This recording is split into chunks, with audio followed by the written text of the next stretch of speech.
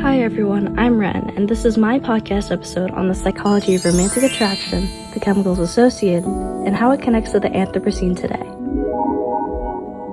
I personally chose to research this topic because I've always been interested in psychology and I love listening to podcasts or watching Psych2Go videos on short topics like this. I find romance books enjoyable and I love a cringy rom-com, so I decided this would be a pleasant and informative topic for me. Now, going into the history of researching romantic attraction, it goes back very far, tracing all the way to ancient Greek or Roman philosophers and playwrights. From the beginning of time, humans have been trying to come up with the answer to why romantic attraction happens, why it's so special, and what makes people yearn for it. Aristophanes, a Greek playwright, wrote a tragic tale of how he theorizes soulmates and romantic attraction work. He believed humans used to have 4 legs, 4 arms, and 1 head with 2 faces, one on each side. He believed that these humans, in vain, attacked the gods, who decided to punish them. As said by Rob Eadson, after much reflection, Zeus thought a way to humble and humiliate these rash creatures. He decided to cut them in 2. That way, the gods could get twice as much worship and sacrifice from them. Going forward, humans walked on 2 legs with 2 arms and only 1 face. From then on, people felt lonely and developed a sense of lacking. Each was doomed to wander alone, endlessly searching for their other half to complete them. Tales like this show that from the very beginning, people came up with crazy and odd thoughts to why they believed love existed, and despite it still being one of the most researched psychological topics today, there still isn't really a lot discovered about what makes this romantic attraction so different from other kinds. Now, speaking of today's research, there's a lot to be said on the STEM aspect of this psychological concept. Obviously, we're all above the age of 10 here, and a decent amount of us have experienced this romantic attraction, not saying all of us. Even taking it down a notch, most of us have at least experienced a form of love, whether it be to a family member, pet, or friend. There's also other kinds of love that aren't really love at all, like limerence. As researched by Amanda McCracken, limerence is a state of overwhelming and unexpected longing for emotional reciprocation from another human, known as a limerent object, LO, who is also perceived as perfect but unavailable. She says this may sound a lot like a Taylor Swift love song or a scene in The Great Gatsby, and I couldn't agree more. Instead of loving someone normally, loving things about them and loving who they are as a person, the state of limerence is more focused on loving what they could be, like what they could give you, and wanting more so what they could do for you eventually than what they already are. Limerence comes more from wanting someone you can't have just for the mental space it takes up than actually loving them. Now, I'm not saying that if you love someone unavailable, that's immediately invalid and just limerence, because you can love someone and still feel they would never be available to you. Limerence is a state of wanting someone not for themselves, but for the experiencing of wanting them and the gossip you could get out of it, like a crush. No matter what kind of love you're experiencing, this feeling is not all in the heart as many people may believe. It actually connects to the brain, specifically parts like the amygdala, ventral tegmental area, or VTA, and your prefrontal cortex. When experiencing happy emotions, activity in the amygdala decreases, which is the part of your brain responsible for emotions like anxiety, fear, or stress. This means that not only is your brain experiencing feel-good chemicals that we'll get into in just a moment, but it's also lowering the negative emotions in your brain. On top of this, your VTA is responsible for producing dopamine, a very key aspect of this entire podcast, as it's the entire backbone of happiness, adrenaline, and the overall feelings you get with someone you like. Now finally, onto the prefrontal cortex.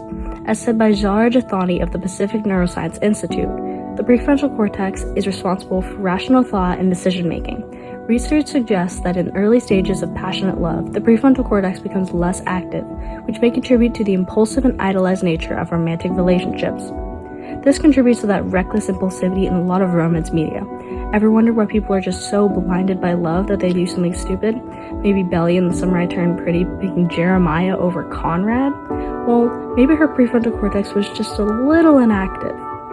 All of these factors, especially that lack of action in the amygdala and the constant flow of joy from the VTA, leads to that comforting feeling you get with someone you're attracted to or love. Now, you may be thinking that, don't people get anxious to talk to their crush or someone they enjoy the company of?